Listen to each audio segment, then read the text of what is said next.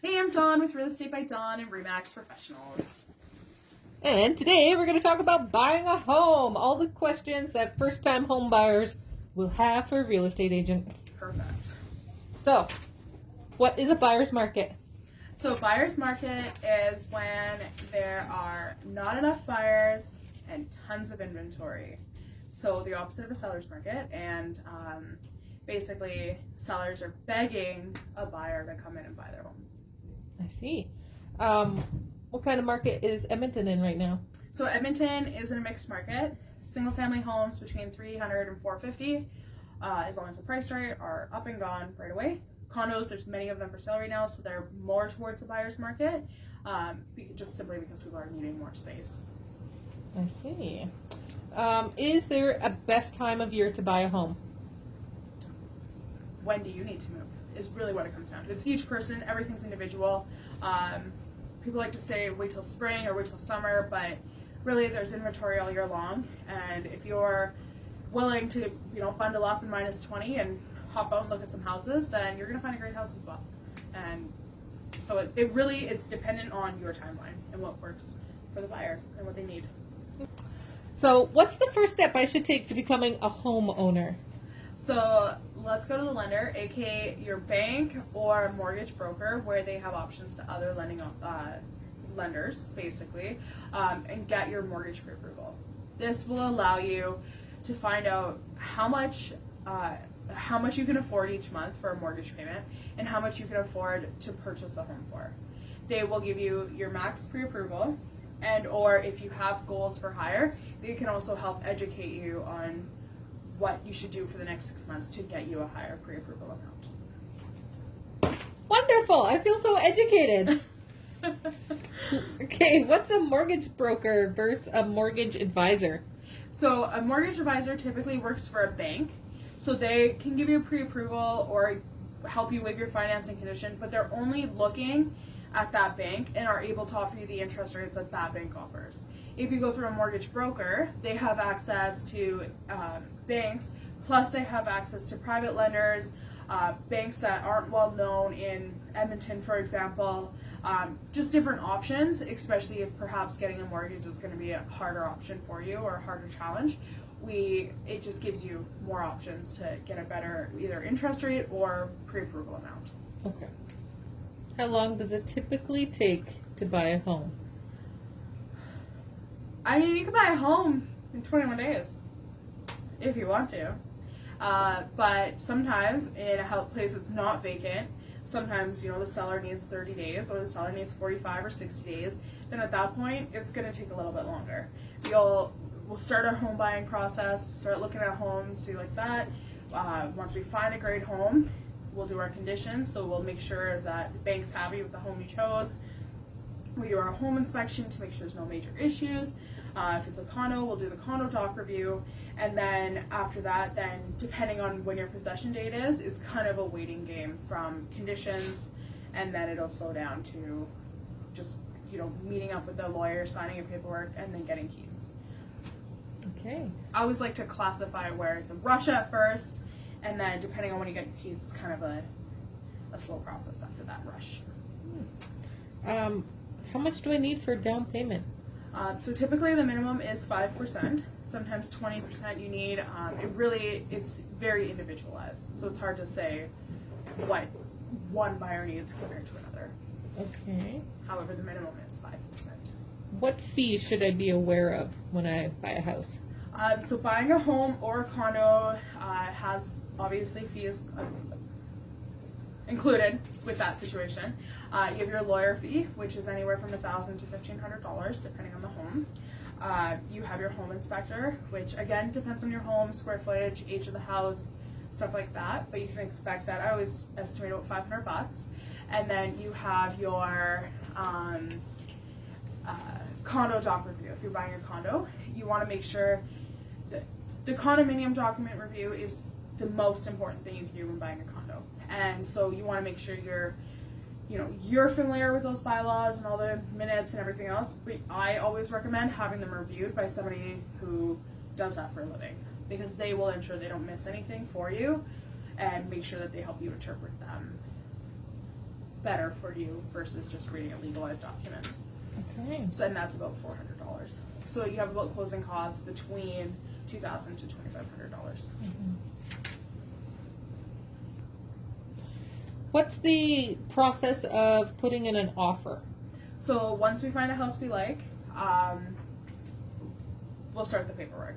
Basically, we'll talk about when you'd like keys, what ideal possession works for you, what conditions you need. So do you want a home inspection? Do you need financing? Or are you paying with cash? Do you want that condominium document review? It all depends on the home. If there's any other conditions you want, we'll go over that as well. We'll choose the purchase price that works best for you and what you're comfortable with. And then I'll get you to sign everything. We'll send it off to the seller and we'll enter into negotiations. Okay.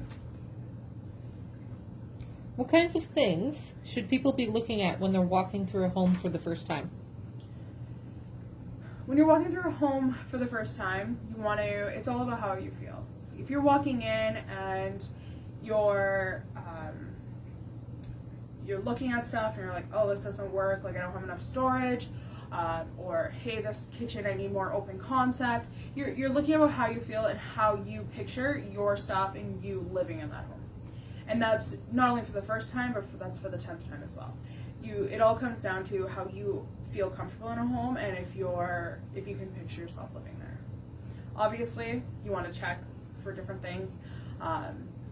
See if you like the sun exposure, the window placement, stuff like that. But when it comes to looking at, if there's leaks under the sink or any of that fun stuff, let's leave that to the home inspector. They'll catch everything for you, and you actually just walk through the home and see if you can picture yourself living there. Okay.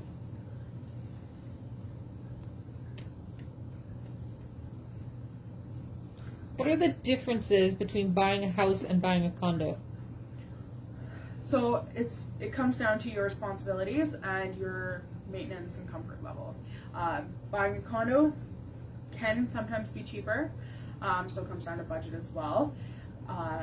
Sometimes it's just a lifestyle you want to live. If you don't want to have to worry about all that stuff, or you're not having to shovel your driveway at 5 o'clock in the morning or do your sidewalks because you live on a corner spot, stuff like that, a condo covers that.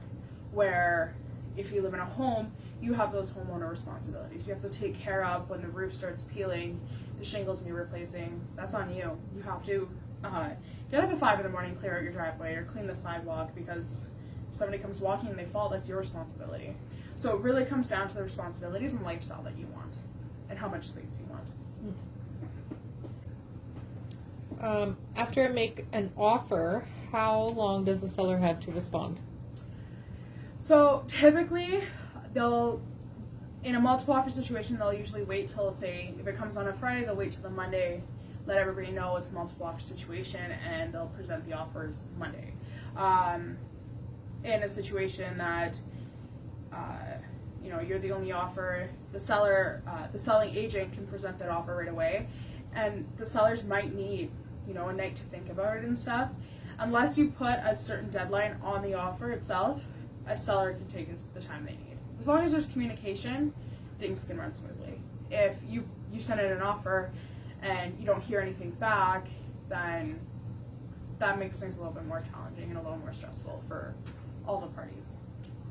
Can you explain in detail what exactly a multiple offer situation is? Okay, so during a multiple offer situation, many buyers have made offers on one home.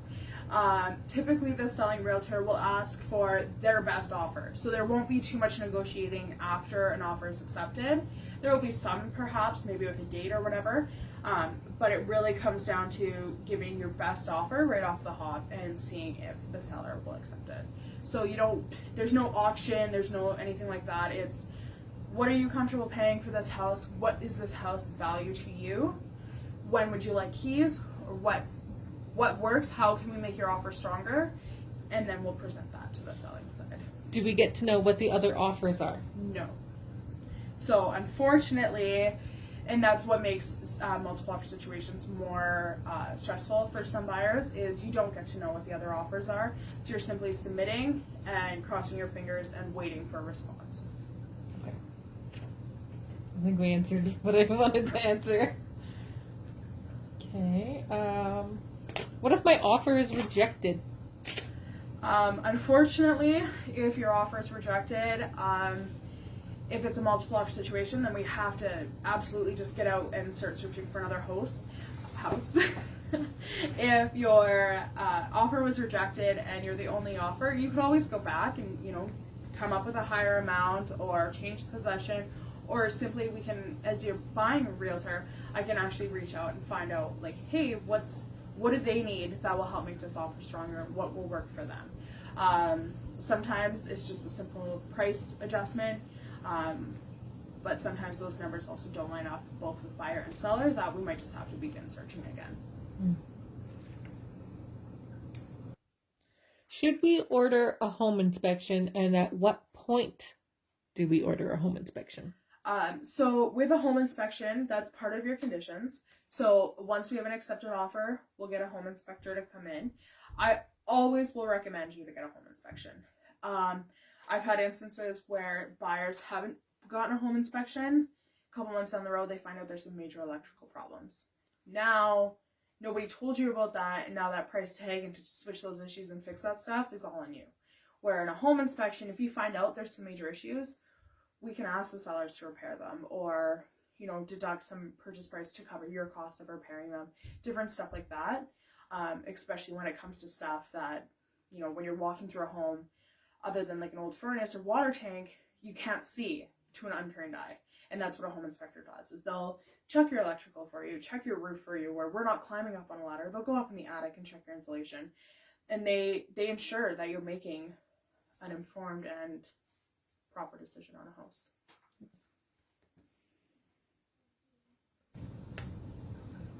When do I have to give a down payment? So when we make an offer, we'll do initial deposit. Typically it's around $5,000. That will just show the seller that you're committed, you're gonna go through with your conditions, and you're gonna make every effort to purchase the house. Sometimes you give a second deposit right after you remove conditions. This typically happens 72 hours or so after. And that just shows, yes, I've waived conditions, I'm not backing out, I want this house. Here's another way to show you that I want this house. It just kind of helps make your offer stronger as well. And then the remaining balance of your down payment, you'll bring to the lawyer in a form of a check when you go and sign your documents, usually a week and a half before possession day. Is there anything I shouldn't do before we take possession?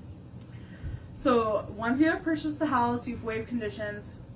1, don't spend your down payment. 2, don't go buy a new car or rack up any new debt. You want to make sure that the day you waive conditions and when your bank said, yes, you're good to buy this house, your financials look identical or perhaps better when it comes time to get your keys. Because no lender is 100% committed until you know you have that call with keys in your hand. Yes, we consider your house sold when we have the conditions and the lender has made a commitment, but they are not 100% committed because anything can happen between that time. And unfortunately, if you go and purchase a brand new car before you get keys to your new house, you're probably not going to get your new house, which sucks. Yes. Okay. What's the first question buyers ask you? How do I get approved for a home, or how much is my mortgage payment going to be? Is that typically something that you're able to answer? Sometimes I can go off the purchase price and be like, hey, based on today's rates, here's the estimated amount.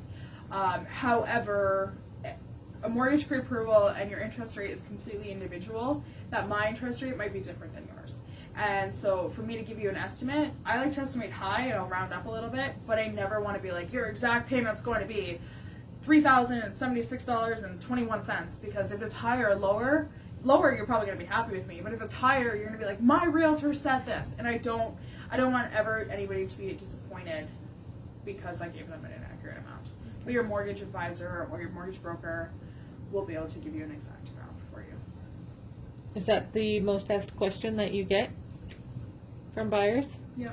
Yeah. Do you have anything else you'd like, any other tidbits you'd like to give to any first home buyers?